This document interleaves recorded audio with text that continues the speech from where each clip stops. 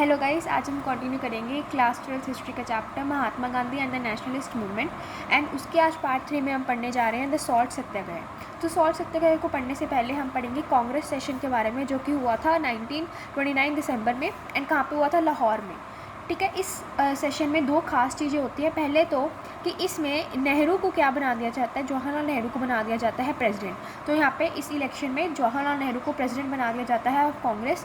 ठीक है। इसमें एक जो है एक पॉइंट करता है कि हमें लीडरशिप किसको देनी है, यंगर जनरेशन्स को भी कांग्रेस की लीडरशिप देनी है। उसके बाद आता है पूर्ण स्वराज। तो उन्होंने डिक्लेयर किया कि हम इंडिया को पूर्ण स्वराज मतलब फुल इंडिपेंडेंस जो है वो प्रोवाइड करेंगे ऑन 26 जनवरी 1930। एंड इसी दिन फिर नेशनल फ्लैग को होस्ट किया गया, उसको लहराया गया एंड पैट्रियोटिक सॉन्ग्स जो हैं वो गाए गए। तो इसी दिन जब हमारी इंडिपेंडेंस को डिक्लेयर किया गया, लेकिन ऑफिशियली इंडिपेंडेंस नहीं मिली थी। एंड इसी दिन को याद रखते हुए हमने अपना रिपब्लिक डे 26 जनवरी 1950 को मनाया। उसके बाद जब गांधी जी ने 26 जनवरी 1930 को पूर्ण स्वराज डिक्लेयर कर दिया गया, यहाँ पे गांधी जी ने भी कुछ प्रिसाइज इंस्ट्रक्शंस दी कि हमें कैसे कैसे अपना जो काम है वो करना चाहिए। उन्होंने बोला कि जो हमारी मीटिंग है उसको एडवर्टाइज़ करो बाय बीटिंग ड्रम्स, मतलब ट्रेडिशनल मेथड से। ठीक है। ड्रम्स बजा के लोगों को इकट्ठा करो, स्पिनिंग करो एंड सर्विस ऑफ अनटचेबल को साथ में रखो, हिंदू मुस्लिम रीयूनियन करो, हिंदू मुस्लिम में कोई भेदभाव ना हो, and have the right of freedom and enjoy fruits of toil. हर किसी के पास राइट ऑफ फ्रीडम हो एंड टॉयल मतलब मेहनत का जो फ्रूट्स हैं उसका जो फल है वो सबको मिले। उसके बाद कॉजेज़, यहाँ पे फिर दांडी मार्च हुई। गांधी जी ने अपने आश्रम से दांडी में जाके सॉल्ट बनाया, लेकिन उसके कॉजेज़ क्या थे वो हम पढ़ते हैं कि सॉल्ट मार्च क्यों हुआ। ठीक, सॉल्ट मार्च कैसे हुआ वो हम पढ़ते हैं, लेकिन कॉजेज़ क्या हैं दांडी मार्च के। सबसे पहले सॉल्ट जो है वो इंडिस्पेंसिबल है। सॉल्ट जो है वो एक नेसेसरी आइटम है, हर किसी के घर में सॉल्ट जो है वो यूज़ होता है। लेकिन जो ब्रिटिशर्स थे उन्होंने फॉरबिड किया हुआ था मेकिंग ऑफ सॉल्ट। उन्होंने बोला कि आप सॉल्ट खुद से नहीं बना सकते। तो इसीलिए जो लोग थे उनको बहुत हायर प्राइसेस पे, बहुत महंगे प्राइसेस पे जो है सॉल्ट वो ख़रीदना पड़ता था। इसीलिए उनके बहुत ज़्यादा खर्चा हो रहा था सिर्फ सॉल्ट खरीदने के लिए, जो कि बहुत नेसेसरी आइटम था। ब्रिटिश जो है एक मोनोपोली बनाना चाहते थे, सॉल्ट के ऊपर अपना कब्जा करना चाहते थे। लेकिन गांधी जी ने नोटिस भेजा टू लॉर्ड इरविन। उन्होंने अपनी 11 डिमांड्स वहाँ पे स्टेट की एंड उन्होंने ये बोला कि अगर आपने हमारी डिमांड्स फुलफिल ना की तो हम सॉल्ट जो है वो खुद बनाएंगे। एंड यही हुआ, लॉर्ड इरविन ने मानी नहीं डिमांड्स। तो उन्होंने 12 जून 1930 में उन्होंने साबरमती से अपने आश्रम गुजरात में दांडी में खुद उन्होंने चल के जो है अपनी मार्च की एंड उन्होंने सॉल्ट बनाया from the sea water, thus breaking the salt law. उन्होंने सॉल्ट लॉ को तोड़ के अपने आप सॉल्ट बना के ये दिखा दिया कि हम खुद से भी सॉल्ट जो है बना सकते हैं। ठीक है। अब इस कॉजेज़ के कॉन्सिक्वेंसेस क्या हुए कि जब सॉल्ट मार्च हुआ उसके बाद क्या हुआ, प्रोटेस्ट जो है वो शुरू हो गए। पीजेंट्स जो है वो प्रोटेस्ट कर रहे थे अगेंस्ट द फॉरेस्ट लॉज। ठीक है। फैक्ट्री वर्कर्स जो है वो स्ट्राइक पे चले गए, उन्होंने बोला कि हम जो है वो काम नहीं करेंगे। एंड लॉयर्स ने बॉयकॉट किया कोर्ट्स को। जो लॉयर्स थे वो गवर्नमेंट के कोर्ट्स में नहीं जाते थे। एंड स्टूडेंट्स ने रिफ्यूज़ किया to attend the government schools. उसके बाद जो डिटेन्ड थे, जो जो प्रोटेस्ट कर रहे थे उनको डिटेन किया गया, उनको अरेस्ट किया गया। जो भी कोई प्रोटेस्ट कर रहे थे, जो ब्रिटिशर्स थे उसको अरेस्ट कर लेते थे। उसके बाद 6000 लोग जो है अरेस्ट किए गए एंड गांधी जी भी इसमें अरेस्ट हो गए। ये थे कॉन्सिक्वेंसेस ऑफ सॉल्ट मार्च। उसके बाद आता है प्रोग्रेस ऑफ दांडी मार्च। जो इन्होंने जो दांडी मार्च निकाला उसकी प्रोग्रेस, उसकी जो डेवलपमेंट है धीरे धीरे वो बढ़ी कैसे, वो हमें कैसे पता लगती है, कौन से सोर्सेज के से। तो पहले तो सीक्रेट रिपोर्ट्स फाइल की गई by police officials to look into कि कैसे जो है ये दांडी मार्च चल रही है, इसकी क्या पोजीशन है। ये सब करने के लिए पहले तो पुलिस ऑफिशियल्स ने सीक्रेट रिपोर्ट्स निकाली। उसके बाद गांधी जी ने जहाँ जहाँ पे वो जाते थे मार्च करने के लिए, वहाँ पे उन्होंने speeches the.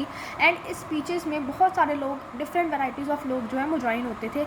And speeches were attended by all cast, upper lower caste, man and women. ठीक है। थाउजेंड्स ऑफ वॉलंटियर्स जो गांधी जी की हेल्प कर रहे थे।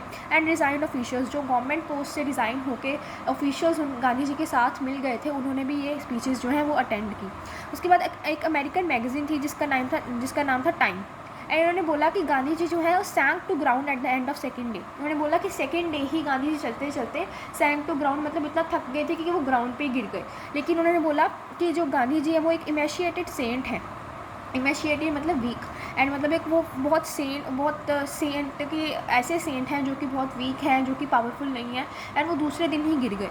एंड उन जब एक वीक पास हो गया, इसी चीज़ उन्होंने पहले तो महात्मा गांधी को अंडर एस्टिमेट किया, लेकिन एक हफ्ते के बाद उन्होंने वही मैगजीन ने लिखा कि मासिव सपोर्ट जो है अभी ब्रिटिशर्स को एंशियस बना रहा है, ठीक है। उनको वरी हो रही है कि जो गांधी जी हैं वो इतने वीक होते हुए भी उनकी जो मेंटल विल है वो इतनी स्ट्रांग है, एंड उनके थाउजेंड्स ऑफ फॉलोअर्स हैं, थाउजेंड्स ऑफ वॉलंटियर्स हैं।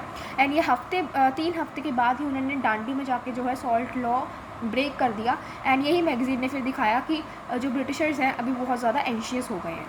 उसके बाद आता है सिग्निफिकेंस ऑफ सॉल्ट मार्च। जब ये सॉल्ट मार्च हुआ उसकी सिग्निफिकेंस, उसकी इंपॉर्टेंस क्या थी?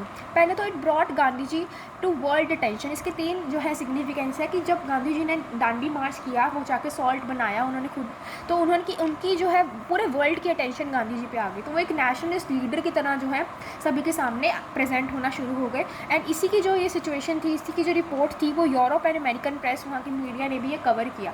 तो गांधी जी बहुत फेमस हो गए थे। उसके बाद ये मार्च सबसे अलग थी क्योंकि यहाँ पे वुमेन ने भी पार्टिसिपेट किया था इन लार्ज नंबर, बहुत ज़्यादा अमाउंट में वुमेन्स ने पार्टिसिपेट किया। एंड इसके एग्जांपल है कमला देवी चट्टोपाध्याय, जिन्होंने बोला कि आप, गांधी जी को बोला कि आप प्लीज़ इस प्रोटेस्ट में मेन ही नहीं बल्कि वुमेन को भी अपने साथ लगाइए। एंड इनको भी अरेस्ट किया गया। एंड बहुत सारी वुमेन्स ने गांधी जी की स्पीचेस सुनी, ठीक है। उन्होंने बोला कि हमें भी पार्टिसिपेट करवाइए, हम भी आपका साथ देना चाहते हैं। एंड जो है एक रियलाइजेशन हुई बाय द ब्रिटिशर्स, उनको एक एहसास हुआ कि जो हमारा राज है that would not last for ever, कि पूरी ज़िंदगी भर ये जो है, ये जो हमारा ब्रिटिश रूल है वो इंडिया के ऊपर नहीं चलने वाला। अब यहाँ के लोग जो है प्रोटेस्ट कर सकते हैं, एंड धीरे धीरे हमारा जो राज है वो ख़त्म हो सकता है। उसके बाद आती है हमारी फर्स्ट राउंड टेबल कॉन्फ्रेंस। तो अभी राउंड टेबल कॉन्फ्रेंस हुई, आपस में बातचीत हुई between the Britishers and the congressman, ठीक है, या गांधी जी उनके जो रिप्रेजेंटेटिव थे उनके बीच में। एंड ये राउंड टेबल कॉन्फ्रेंसेस का क्या रिजल्ट है वो हम पढ़ते हैं। पहले जो राउंड टेबल कॉन्फ्रेंस हुई थी वो थी नवंबर 1930 में, ठीक है।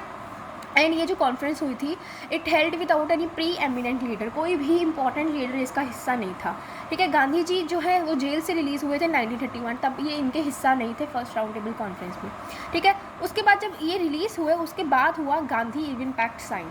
तो इस पैक्ट में क्या बोला गया कि आप जो है सिविल डिसोबीडियंस जो इंडिया में चल रही है उसको बंद कर दीजिए, एंड जो अरेस्ट हैं उन लोगों को रिलीज़ कर दीजिए, एंड हम आपको सॉल्ट मेकिंग अलाउ कर देंगे कि आप खुद से सॉल्ट बना सकते हो, ये भी अलाउ कर देंगे। ये था गांधी इरविन पैक्ट, ठीक है। लेकिन इस पैक्ट को बहुत क्रिटिसाइज़ किया गया बाय द अदर लीडर्स क्योंकि it gave only assurance of talk. सिर्फ ये एक एश्योरेंस की गई कि हाँ हम बातचीत करेंगे कि क्या एंड निकल सकता है, लेकिन इससे कोई इंडिपेंडेंस नहीं मिली, इसलिए इट ओनली गेव एश्योरेंस, ठीक है।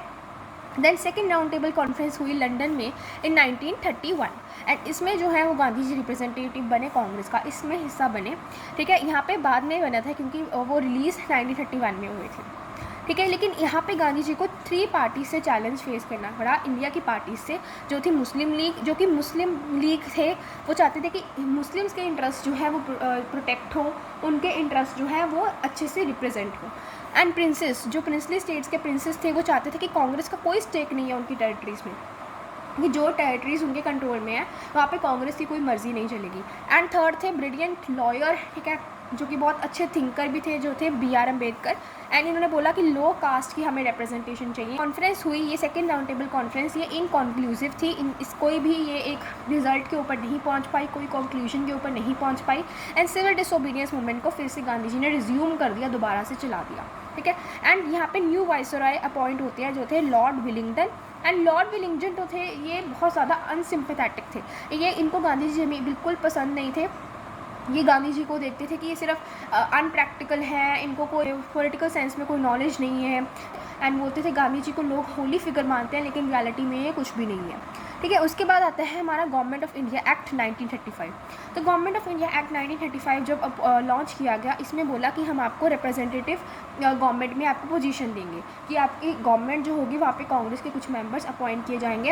एंड यहाँ पे कांग्रेस की विक्ट्री हुई। 8 आउट ऑफ 11 प्रोविंसेस जहाँ पे ब्रिटिशर्स के रूल करते थे वहाँ पे कांग्रेस के प्राइम मिनिस्टर्स बना दिए गए। एंड ये किनके सुपरविजन में बने? ऑफ द गवर्नर होते थे वहाँ पे, एंड वो इस जो कांग्रेस के मिनिस्टर्स होते थे उनको गवर्न करते थे। उसके बाद हुआ second world war. Second world war हुई 1939 टू 1945, ये सेकेंड वर्ल्ड वॉर हुई। एंड इस वॉर में गांधी जी एंड नेहरू ने प्रॉमिस किया कि हम ईस्ट इंडिया कंपनी को कि अगर आप हमारा सपोर्ट लेना चाहते हो, कांग्रेस का सपोर्ट लेना चाहते हो, तो आप हमें वॉर में अगर हमारा सपोर्ट लेना चाहते हो तो हमें इंडिपेंडेंस ग्रांट कीजिए। तो उन्होंने कंडीशन रखी कि हम आपके कांग्रेस के जो मेंबर्स हैं वो आपको सपोर्ट करेंगे in the second world war, लेकिन आप हमें इंडिपेंडेंस दीजिए। लेकिन ये ऑफर रिफ्यूज़ कर दिया गया बाय ब्रिटिशर्स एंड कांग्रेस के मिनिस्टर्स ने फिर रिज़ाइन कर दिया इन 1939 अक्टूबर। ठीक है, उसके बाद आता है हमारा लास्ट टॉपिक, 3 वे स्ट्रगल। तो 3 वे स्ट्रगल हुआ among the Muslim league, the congressman and the Britishers. तो मार्च 1940 में मुस्लिम लीग ने बोला कि हमें ऑटोनॉमी चाहिए of the Muslim majority areas, जहाँ जहाँ पे मुस्लिम्स मेजॉरिटी में है वहाँ पे हमें मुस्लिम्स को जो है ऑटोनॉमी चाहिए, अपनी खुद की पावर चाहिए। ठीक है, यहाँ से जो पॉलिटिकल लैंडस्केप था वो बहुत कॉम्प्लिकेटेड हो गया था, इंडिया का जो पॉलिटिकल एटमॉस्फेयर था बहुत कॉम्प्लिकेट हो गया था एंड 3 वे स्ट्रगल जो है वो शुरू हो गया था among the Muslim league, Congress and the Britishers. Winston Churchill जो ब्रिटेन के न्यू प्राइम मिनिस्टर बने थे, वो जो थे वो चाहते थे कि मेरे प्राइम मिनिस्टर बनने के बाद जो है इंडिया में लिक्विडेशन ना हो, मतलब जो हमारा ब्रिटिश एम्पायर इंडिया में है वो डिज़ोल्व ना हो जाए। इसीलिए प्राइम मिनिस्टर ने सर स्टैफर्ड क्रिप्स को भेजा टू फॉर्ज कॉम्प्रोमाइज़ कि आप गांधी जी से बातचीत कीजिए एंड हमारा जो ईस्ट इंडिया कंपनी है यहाँ पे वो डिज़ोल्व ना हो जाए। तो Congress said if it has to defend axis power, Congress ने बोला कि अगर हम एक्सेस पावर जो एक्सेस और एलाइज के बीच में वॉर चल रही थी कि अगर आपको उसको डिफेंड करना है तो आप अगर आपको इंडिया का सपोर्ट चाहिए, कांग्रेस का सपोर्ट चाहिए, तो आप you have to appoint Indian as the defence minister, कि आप इंडियन को ही डिफेंस मिनिस्टर बनाओगे ऑफ द एग्जीक्यूटिव काउंसिल, वहाँ की एग्जीक्यूटिव काउंसिल में इंडियन को डिफेंस मिनिस्टर बनाओगे। तो यहाँ से हमारा सॉल्ट सत्याग्रह है, उसके बाद की जो सारे डेवलपमेंट्स हुई वो हमने पढ़ ली हैं। फिर नेक्स्ट पार्ट में हम पढ़ेंगे क्विट इंडिया मूवमेंट। ठीक है, if you find this video helpful please like and subscribe. Thank you.